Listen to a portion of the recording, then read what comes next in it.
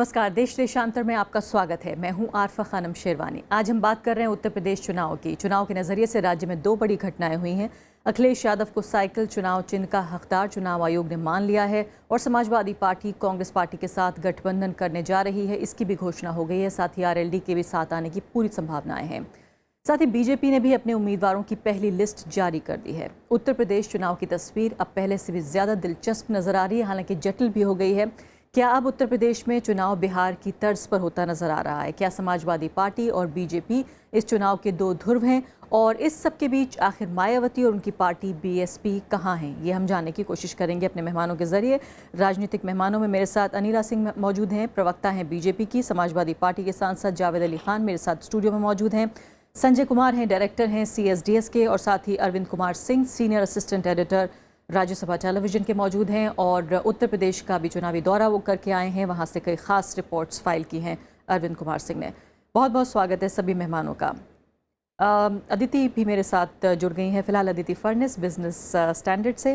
अदिति, सबसे पहले मैं आपके साथ ही शुरुआत करना चाहती हूँ कि ये जो महत्वपूर्ण बात है कि साइकिल को लेकर जो पूरा एक तरह से बहस छिड़ी हुई थी कि जिसको सिंबल मिलेगा जीत उसकी हो जाएगी, क्या वाकई आप इतना महत्वपूर्ण मानती हैं कि ऑथेंटिक जो है एक पार्टी मानी जाएगी अब कम से कम वोटर्स की नज़र में? देखिए, फ़र्क तो पड़ेगा, इसमें कोई दो राय नहीं है और इसीलिए इतना बड़ा झगड़ा चल रहा था। अगर अखिलेश को साइकिल सिंबल नहीं मिलता तो क्या होता? अब ये सब बातें अब इसका कोई मतलब नहीं है। लेकिन अगर नहीं मिला होता और उस समय अगर समाजवादी पार्टी दो हिस्सों में बंट गई होती तो कौन सा हिस्सा बड़ा होता, कौन सा हिस्सा छोटा होता? जो समाजवादी पार्टी के कार्यकर्ता हैं वो भी पशोपेश में होते कि हम किसके साथ जाएं। एक तरफ कर्तव्य है, मैं आपसे ये जानना चाहती हूँ कि जैसे मैंने कहा कि क्या ऑथेंटिक समाजवादी पार्टी जिसको अब कहा जा रहा है, क्या इस बात का वोटर जो उनका है कमिटेड, उस पर तो असर जाहिर पड़ेगा ही, लेकिन जो लोग संभावित वोटर हो सकते थे, क्या उनको भी एक नया विश्वास समाजवादी पार्टी के लिए निश्चित रूप से?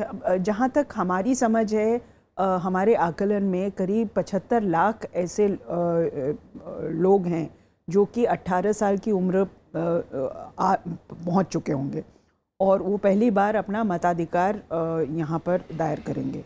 तो ये जो वोटर हैं ये मेरे ख्याल से महत्वाकांक्षी है, काफ़ी भविष्य में विश्वास करने वाले हैं, एक तरह से आइडियलिस्टिक हैं। तो मेरे ख्याल से हर चीज़ से फ़र्क पड़ेगा। और अगर इस चुनाव में अखिलेश यादव और राहुल गांधी की जोड़ी बनती है तो हो सकता है कि लोग जो एक दूसरे को आपस में कोस रहे थे पहले, वो भूल के मान ले कि यही जोड़ी अब उत्तर प्रदेश का भविष्य और उत्तर प्रदेश को आगे लेके जाए। बिल्कुल।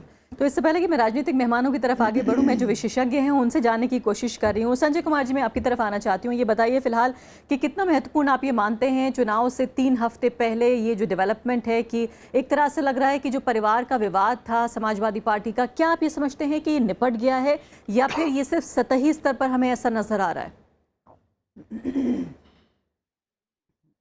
देखिए, परिवार का विवाद तो नहीं निपटा है, लेकिन जो उसका राजनीतिक विवाद था वो काफ़ी हद तक निपटता दिखाई पड़ता है। स्पष्ट रूप से जो पहले बातचीत हो रही थी कि अब Samajwadi party, authentic Samajwadi party कौन है, इसके बारे में मतदाताओं के बीच में कोई चिंता दुविधा नहीं रहेगी। अखिलेश के नेतृत्व वाली समाजवादी पार्टी ही असली समाजवादी पार्टी है। चुनाव चिन्ह उनके साथ है, चुने हुए MLA जो पिछली बार जीत के आए थे वो सब इनके साथ हैं।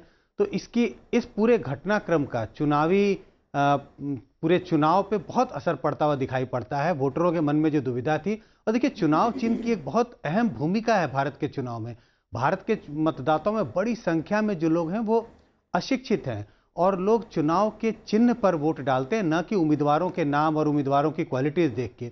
इसी के लिए चुनाव चिन्ह का झगड़ा इतना बड़ा झगड़ा था। और साथ ही साथ जो रिसेंट डेवलपमेंट है, कांग्रेस के साथ गठबंधन, इन सब का असर मुझे लगता है कि आने वाले चुनाव पे पड़ेगा। अब परिवार का झगड़ा निपटा है वो सतही तौर पे दिखाई पड़ता है, कुछ न कुछ घटनाएं परिवार के बीच होते रहेंगी, लेकिन राजनीतिक तौर पे मुझे लगता है ये थोड़ा सलटता हुआ दिखाई पड़ता है। संजय जी, लगे हाथों मैं आपसे ये भी पूछ लेती हूँ कि जो गठबंधन नज़र आ रहा है, जिसको अब महागठबंधन कह रहे हैं हम, क्या वाकई आप ये समझते हैं कि ये कुछ बिहार की तरफ से दो तरह के, जैसे बिहार में हुआ था, इसी तरह से दो तरह के ध्रुव नज़र आ रहे हैं कि एक तरफ ये महागठबंधन, दूसरी तरफ बीजेपी, और शायद इस तरह का ध्रुवीकरण बीजेपी को पसंद भी हो कि एक तरफ एक तरह के वोटर्स और दूसरी तरफ जो हैं उनके अपने कमिटेड वोटर्स, उसके अलावा भी और वोटर्स वो अपनी झोली में डाल लें। आपको लगता है कि ये जो पूरा सिनेरियो है, क्या ये बीजेपी को सूट कर रहा है? ये बिहार के गठबंधन से यहाँ उत्तर प्रदेश के जो चुनाव है थोड़ा सा अलग। बिहार में लगभग 2 ध्रुवों में पूरे पार्टियां बट गई थी। यहाँ पे 2 ध्रुवों में तो बटते हुए दिखाई नहीं पड़ते। एक तरफ बीजेपी है, दूसरी तरफ समाजवादी पार्टी, कांग्रेस और आरएलडी का गठबंधन। साथ ही साथ एक तीसरा मोर्चा भी है जो है बसपा का। ये 3 मोर्चे में बीजेपी के खिलाफ जितने भाग में वोट बटेंगे उतना बीजेपी को फायदा होगा। तो अगर इस गठबंधन के नजरिए से देखें तो बीजेपी बिहार की तुलना में थोड़ी ज़्यादा सशक्त दिखाई पड़ती है उत्तर प्रदेश में। लेकिन बिल्कुल 2 ध्रुवों में चुनाव होगा ऐसा मुझे दिखाई नहीं पड़ता। और लेकिन पहले की तुलना में जिस हिसाब से राजनीतिक बढ़ रही थी उत्तर प्रदेश में और सब पार्टियां अगर अलग अलग चुनाव लड़ती हुई दिखाई पड़ रही थी, उसके हिसाब से चुनाव अब निश्चित रूप से ज़्यादा दिलचस्प हो गया। बीजेपी के लिए कड़ा मुकाबला होगा। आरएलडी, कांग्रेस और समाजवादी पार्टी का गठबंधन एक बहुत मजबूत गठबंधन के रूप में उभर कर सामने आ रहा है। अरविंद कुमार सिंह, ये बताइए, फिलहाल पश्चिमी उत्तर प्रदेश का आप दौरा करके लौटे हैं और जाहिर है यहीं से चुनाव की शुरुआत होनी है। लिस्ट भी बीजेपी ने यहाँ से जारी की है, खासकर जो पहली लिस्ट उनकी जारी हुई है। आपकी क्या रीडिंग है बीजेपी की जो पहली लिस्ट है उसकी?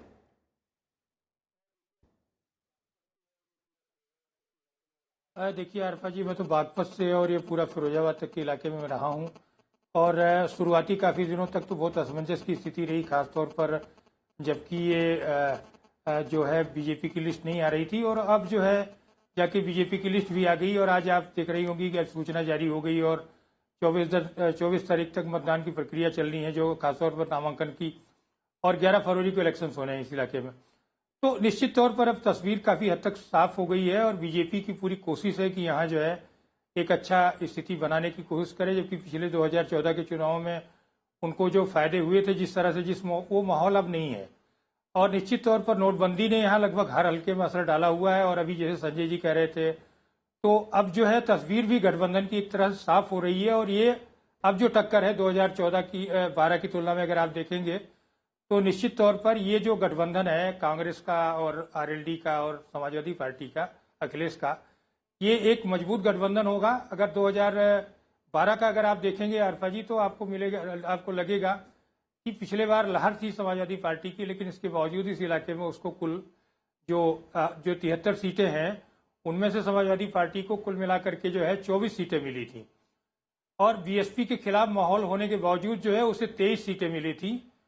और जो है आरएलडी को 9 सीटें मिली थी, कांग्रेस यहाँ 5 सीटों पर जीती थी, बीजेपी 12 सीटों पर जीती थी। तो उस हिसाब से देखेंगे तो ये तिकोनी लड़ाई की तस्वीर एक तरह से उभर के आ रही है। और निश्चित तौर पर जो है बीजेपी और जो समाजवादी पार्टी, कांग्रेस, आरएलडी का जो गठबंधन है वो, और बीएसपी, इन तीनों के बीच में काफी कांटे की टक्कर यहाँ होने जा रही है अरफा जी। अरविंद जी, मैं आपसे समझना चाह रही थी, बिल्कुल मैं बताऊँ आपको तो जी जी अरविंद जी के साथ है। अरविंद जी, मैं जो आपसे समझना चाह रही थी वो ये कि जो जब हम लिस्ट देखते हैं कैंडिडेट्स की, तो आपको किस तरह की रणनीति बीजेपी की नजर आ रही है? जाहिर है ओबीसीज पर खासकर काफी हद तक जो है वो निर्भर करती हुई नजर आ रही है बीजेपी। इसके अलावा आपकी क्या रीडिंग है, किस तरह से आप पढ़ते हैं इस लिस्ट को, क्या रणनीति होगी? देखिए, लिस्ट तो बीजेपी ने निश्चित तौर पर करो या मरो के हिसाब से उन्होंने जितने बेहतरीन हो सकते हैं उन्होंने देने की कोशिश की है। लेकिन उनमें से तमाम लोग हैं जो दल बदल करके आए हुए हैं और उनकी कोई बहुत वैसी स्थिति नहीं है। तो मुझे लग रहा है कोशिश तो उनकी काफ़ी है, लेकिन ये जो गठबंधन बन के आ रहा है, उभर के आ रहा है, और जिस तरह से नाराजगी ग्रामीण इलाके में है, तो मुझे लगता है कि शायद उनको झटका लगने जा रहा है इस इलाके। जी, राजनीतिक मेहमानों की तरफ आगे बढ़ते हैं। अनिला सिंह, स्वागत है आपका। सबसे पहले मैं आपसे जानना चाहती हूँ कि इससे पहले कि मैं जानूँ कि किस तरह से बीजेपी देख रही है इस महागठबंधन को जो कांग्रेस पार्टी और आरएलडी के साथ आने पर समाजवादी पार्टी ने बनाया है? ये बताइए फिलहाल कि इस लिस्ट को देखकर जो कई सवाल सामने आ रहे हैं, जो यहाँ बैठे जानकार भी उठा रहे हैं, कि पहली बात तो जिनको अंग्रेजी में टर्न कोट्स कहा जाता है कि 1 घंटे पहले तक दूसरी पार्टी में और अब दूसरे घंटे जो है आपकी पार्टी में आ गए, क्या आपको नहीं लगता कि ज़मीन पर कहीं ना कहीं आपके कार्यकर्ता को ये बात बहुत पसंद नहीं आएगी? दूसरी बात यह है कि कहीं ना कहीं जो परिवारवाद की राजनीति का आरोप कांग्रेस पार्टी पे आप लगाती रही हैं, आपकी पार्टी लगाती रही है, जिस तरह से कल्याण सिंह के पोते को आपने टिकट दिया है, और भी इस तरह से हम छांट सकते हैं जिन कैंडिडेट्स को आपने टिकट दिया है, बहुत ही कंट्रोवर्शियल, बहुत ही विवादित जो उम्मीदवार हैं संगीत सोम, और इसके अलावा उनके साथ जो दूसरे लोग हैं उनको भी आपने टिकट दिया है, किस तरह से डिफेंड कर पाएगी बीजेपी ने? आवाज कट गई बीच में। आरफा जी,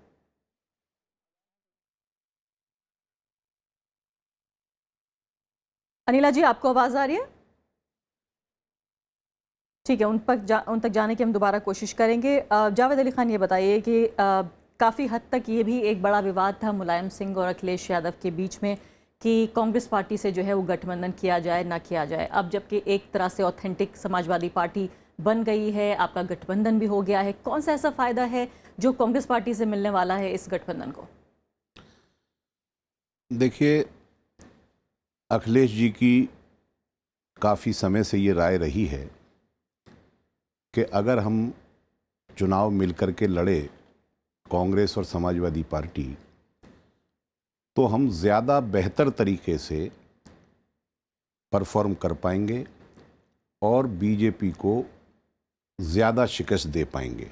वैसे अकेले भी समाजवादी पार्टी सक्षम है बीजेपी को हराने में, लेकिन अगर साथ मिलता है तो हमारी जीत जो है वो ज़्यादा लंबी होगी। जहाँ तक फ़ायदे का सवाल है, गठबंधन निश्चित रूप से फ़ायदे के लिए होते हैं, लेकिन वर्तमान परिस्थितियों की भी बड़ी भूमिका होती है।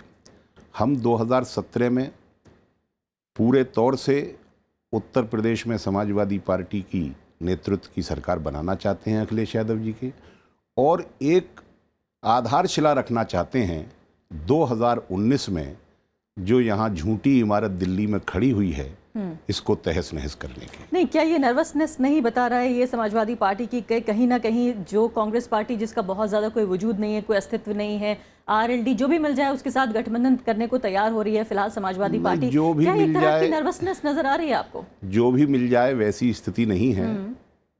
अगर आप तथ्यों पर जाएं तो कांग्रेस पार्टी इस देश में राष्ट्रीय पार्टी है, नर्वसनेस का सवाल नहीं है।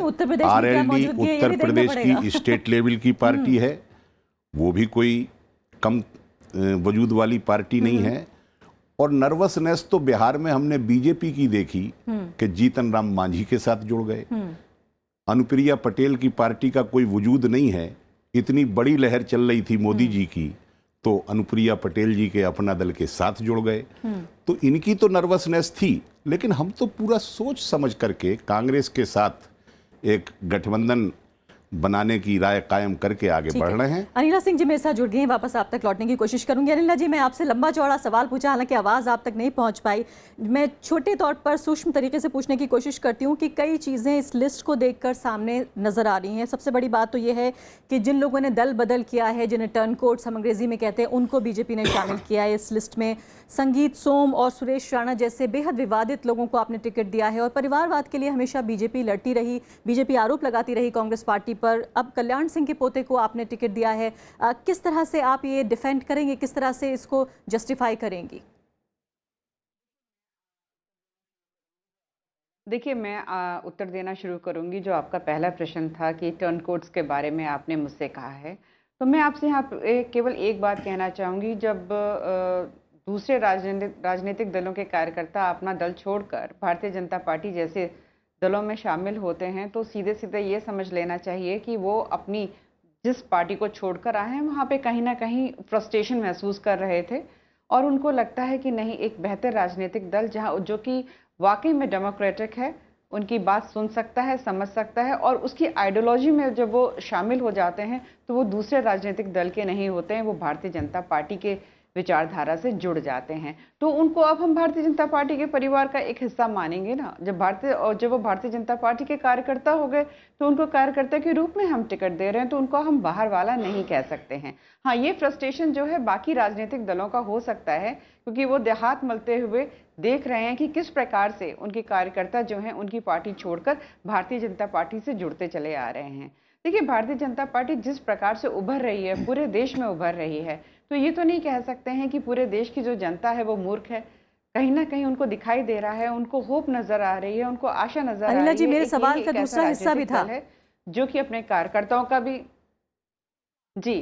तो अब दूसरा हिस्सा आपने मुझसे पूछा है कि परिवारवाद के विषय में। परिवारवाद का अगर आप परिभाषा देखेंगी, सुनेंगी, समझेंगी, तो वो समाजवादी पार्टी जैसे दलों के ऊपर तो लागू होता है, भारतीय जनता पार्टी नहीं। अगर आप कल्याण सिंह जी के पौत्र के विषय में बात कर रही हैं या राजनाथ सिंह जी के पुत्र के विषय में बात कर रही हैं, तो यहाँ पर कोई एक व्यक्ति के परिवार से राजनीति नहीं चलती है भारतीय जनता पार्टी की। बाकी आप देख लीजिए समाजवादी पार्टी में किस प्रकार से घमासान हो रहा है, परिवार युद्ध हुआ है इनका। उसी प्रकार से आप कांग्रेस का भी देख लीजिए, चरित्र किस प्रकार से है। तो यहाँ पे आप भारतीय जनता पार्टी को इन राजनीतिक दलों के साथ तो आप नहीं लाकर खड़ा कर सकते हैं। और अनिला जी, दो महत्वपूर्ण सवाल। अनिला जी, अगर जी हाँ, अगला सवाल का हिस्सा मेरा ये था कि बहुत ही विवादित लोग जो कि दंगों में शामिल रहे, आरोपित कम से कम रहे, संगीत सोम, सुरेश राणा, न सिर्फ कि उनको दोबारा टिकट मिला है बल्कि 25% से ज्यादा मुस्लिम आबादी है पश्चिमी उत्तर प्रदेश की। आपने एक भी मुस्लिम कैंडिडेट नहीं आपको मिल पाया जिसको आप टिकट दे पाती। एक तरफ दंगाइयों को टिकट और दूसरी तरफ एक भी मुसलमान नहीं मिला आपको। नहीं, देखिए, यहाँ मैं जो आपके प्रश्न का पहला हिस्सा है, आपने संगीत सोम जी और सुरेश राणा इनके विषय में कहा। आपने कहा ये विवादित नेता हैं। आपने देखा होगा विवादित नेता हैं, परंतु वहाँ की जो जनता है वो उनके साथ खड़ी हुई है। विवादित ये दूसरे राजनीतिक दलों के लिए हो सकते हैं, पर वहाँ की उनके क्षेत्र की जनता के लिए नहीं है।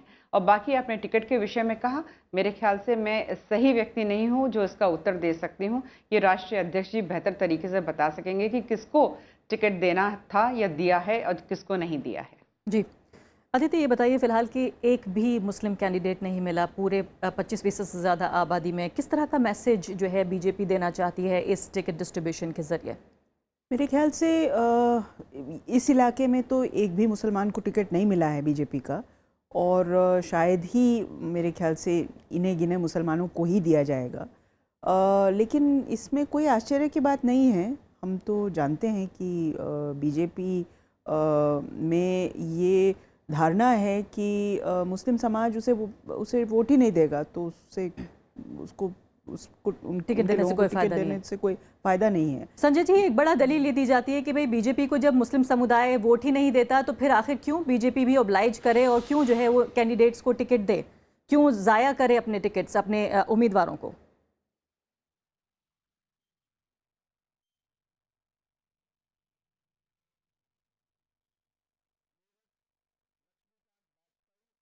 संजय जी,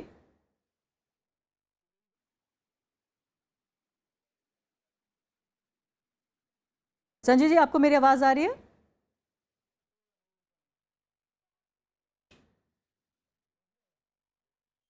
ठीक है, ये सवाल मैं अरविंद कुमार सिंह से पूछना चाहती हूँ। अरविंद जी, ये बताइए फिलहाल कि सवाल ये उठ रहा है यहाँ पर कि 25% आबादी है मुस्लिम्स की, खासकर अगर पश्चिमी उत्तर प्रदेश का हम जिक्र करें, पहली लिस्ट जारी हुई है, इसमें एक भी जो है वो टिकट किसी मुस्लिम कैंडिडेट को नहीं दिया गया है। क्या ये जस्टिफाइबल है अगर बीजेपी की तरफ से देखा जाए कि जब वोट ही नहीं देते, मुस्लिम समुदाय वोट नहीं देता, तो आखिर वो टिकट ही क्यों दें?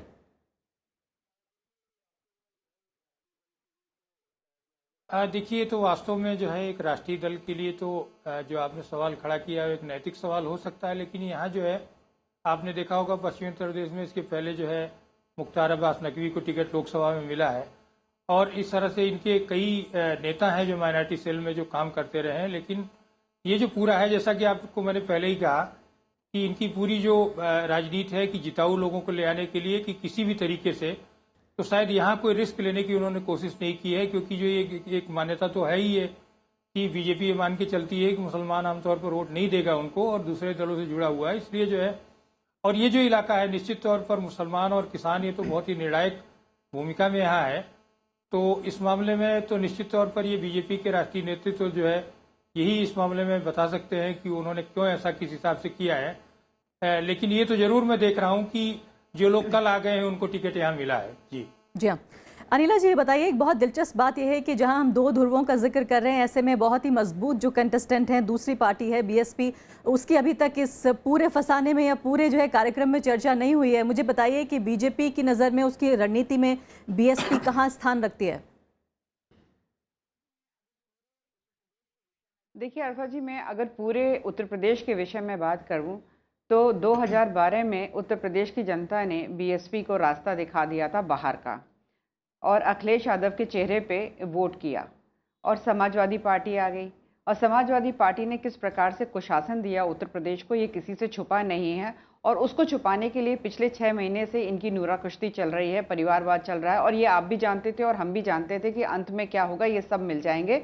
और जो चर्चा होनी चाहिए थी मुजफ्फरनगर की, मथुरा की, और भी जो माहौल यहाँ पे इतना ख़राब करके रखा हुआ है, उसकी तो यहाँ चर्चा हुई नहीं। केवल और केवल बाप बेटे की जो नूरा कुश्ती चल रही थी या चाचाओं के विषय में बात होती रही। तो मायावती जी जो हैं 2014 में तो बिल्कुल ही सफा हो गई थी यहाँ से, उत्तर प्रदेश से। तो अब ये फिर से दांव लगा रही हैं। लेकिन 20% उन्हें वोट मिला था, ये भी नहीं भूलना चाहिए अनिला जी। कोई सीट नहीं आई थी लेकिन 20% वोट भी मिल गया था। आपकी बात मानती हूँ 24 मिनट जी। अब आंखें खुल रही हैं और आंखें खुल चुकी हैं, और भी ज़्यादा खुलेंगी प्रदेश की जनता की, जिस धर्म विशेष और जिस समुदाय विशेष और जिस जाति विशेष के विषय में ये बात करती हैं कि ये सब मिल जाएं और फिर मैं सरकार बना लूँगी। तो दलितों को भी समझ में आ गया है कि ये दलितों की बेटी ज़रूर अपने आप को कहलाती हैं, परंतु दलितों के विषय में कभी इन्होंने कोई कार्य किया नहीं है। और आप चाहे इनका टेन्योर उठा के देख लीजिए और समाजवादी का उठा के देख लीजिए, जो एक धर्म विशेष की राजनीति ये लोग करना चाहते हैं, उनके विषय में इन्होंने कितना कार्य किया है। तो चाहे वो बहुजन समाज पार्टी हो, चाहे वो समाजवादी पार्टी हो, और चाहे स्टेपनी कांग्रेस हो, आप देख लीजिए। और चाहे आरएलडी को, तो खैर ये एक जाति विशेष की राजनीति करना चाहते हैं, उस जाति ने ही इनको नकार दिया है। ये सारे के सारे राजनीतिक दल वो हैं कि जो अपीजमेंट की पॉलिटिक्स करते हैं और प्रदेश के विकास के विषय में बिल्कुल भी नहीं सोचते हैं। हाँ, अपना स्वयं का विकास जरूर ये सोचते हैं, और ये इनके बैंक के आंकड़े और फिगर्स बता देते हैं कि किस प्रकार से इनका खुद का स्वयं का विकास हो रहा है, परंतु प्रदेश का विकास बिल्कुल भी नहीं हुआ है। बिल्कुल अब परिवर्तन का समय आ गया है आरफा जी, और इस प्रदेश की जनता समय मेरे पास समाप्त हो रहा है, वोट करेगी और समय मेरे पास समाप्त हो रहा है। मैं संजय कुमार जी की तरफ लौटना चाहती हूँ। संजय जी, ये बताइए फिलहाल के बीएसपी को आप इस पूरी तस्वीर में कहाँ खड़ा पाते हैं? मेरे हिसाब से कोई दुविधा नहीं है, मुझे उनको तीसरे नंबर पे मुझे खड़ी दिखाई पड़ती है। और अगर ये गठबंधन समाजवादी पार्टी, कांग्रेस और आरएलडी का गठबंधन हो जाता है, मुझे लगता है कि सबसे आगे ये दिखाई पड़ते हैं, दूसरे नंबर पे बीजेपी और बीएसपी तीसरे नंबर पे दिखाई पड़ती है। जी जावेद साहब बताइए, आपकी रणनीति में आप बीएसपी को क्या स्थान देना चाह रहे हैं? अगर ये दो ध्रुवों की लड़ाई मानी जाए, ये कहा भी जाता है कि बीएसपी का जो है वोटर बड़ा खामोश होता है उनका कमिटेड वोटर होने के अलावा। मैं बहुत संक्षेप में 2 टिप्पणी करना चाहूँगा क्योंकि मुझे समय कम मिला। पहला जो आपने सवाल पूछा कि मुसलमानों को इन्होंने क्यों टिकट नहीं दिए, जिनके खिलाफ जहर उगलना है और जिन्हें दिखा करके बाकियों को लामबंद करने की रणनीति है, तो उन्हें टिकट देने का आप ये मत भूलिए, मुलायम सिंह यादव ने कहा है कि अखिलेश यादव मुस्लिम विरोधी हैं। ये भी ये बात दर्ज करने वाली है इस कार्यक्रम में। नहीं, जब उस पर आप बहस करें तो आप उस पर बुला लीजिए या समय बढ़ा लीजिए। उनके पिता ने कहा है। दूसरी बात मैं ये कहना चाहूँगा कि बीएसपी को बीजेपी अपने आफ्टर पोल अलायंस पार्टनर की शक्ल में रखना चाहती है और देखना चाहती है। तो मैं समझता हूँ कि वो ख्वाब भी उनका पूरा नहीं होगा। बीएसपी की कोई स्थिति इस चुनाव के अंदर उत्तर प्रदेश में बेहतर नहीं हो रही है। जो कन्फ्यूज़न उन्होंने क्रिएट करने की कोशिश की थी बहन जी ने, 2-3 महीने से लगातार मुसलमानों को सबक दे रही थी कि समाजवादी पार्टी बट रही है, 2 धड़ों में आपका वोट बेकार हो जाएगा, वो कन्फ्यूज़न भी चुनाव आयोग ने कल दूर कर दिया है। और अब बीएसपी के अंदर कोई ऐसी सूरत नहीं बन करके आ रही है कि वो कहीं लड़ाई में भी हो। सीधा मुकाबला समाजवादी पार्टी के अलायंस और भारतीय जनता पार्टी के बीच में उत्तर प्रदेश में होने जा रहा है। आखिरी सवाल ये बहुत महत्वपूर्ण है कि आखिर हमने पार्टियों का जिक्र किया, चेहरों की हमने बात की, लेकिन मुद्दे तो नजर नहीं आ रहे हैं उत्तर प्रदेश चुनाव में। डीमोनेटाइजेशन या सर्जिकल स्ट्राइक या महंगाई, बेरोजगारी, आखिर मुद्दे क्या हैं उत्तर प्रदेश चुनाव के? ये कहना बहुत मुश्किल है क्योंकि अभी तक तो हम ये सुन रहे थे कि पिछले 25 साल से यूपी बेहाल है और अब जो लोग ये कह रहे थे, जो लोग ऐसा आरोप लगा रहे थे, वही उन्हीं लोगों के साथ मिल गए हैं जो कि यूपी को बेहाली की हालत में लेके आए थे। तो ये कुछ थोड़ा सा विडंबना सी है और लोग आसानी से भूलते नहीं हैं इन सब बातों को। हालांकि इसमें कोई शक नहीं है कि चुनाव में हो सकता है कि ये मामला गौण हो जाए, लेकिन जैसा आपने कहा, इश्यूज़ क्या हैं, इश्यूज़ कुछ और है और कहीं पे निगाहें, कहीं पे निशाना टाइप चुनाव। चलिए 10 सेकंड। हाँ। एक रियलाइजेशन के बाद पॉलिटिकल स्टैंड बदलते हैं, लिहाजा इस बात का कोई मतलब नहीं है। बिल्कुल वही बात जो अनिला सिंह कह रही हैं कि रियलाइजेशन के बाद कह रही हैं कि 2 घंटे पहले उनकी विचारधारा कुछ और थी, 2 घंटे बाद कुछ और हुई है। रियलाइजेशन 2 घंटे में नहीं होता। जी हाँ, बहुत बहुत शुक्रिया सभी मेहमानों का। मैं जानती हूँ अनिला जी कुछ कहना चाहती हैं, लेकिन समय मेरे पास समाप्त हो गया है। तो बेहद दिलचस्प हो चला है उत्तर प्रदेश का चुनाव और जाहिर है और चर्चाओं के साथ जो है हाजिर होंगे इस कार्यक्रम में। अभी के लिए इतना ही, नमस्कार।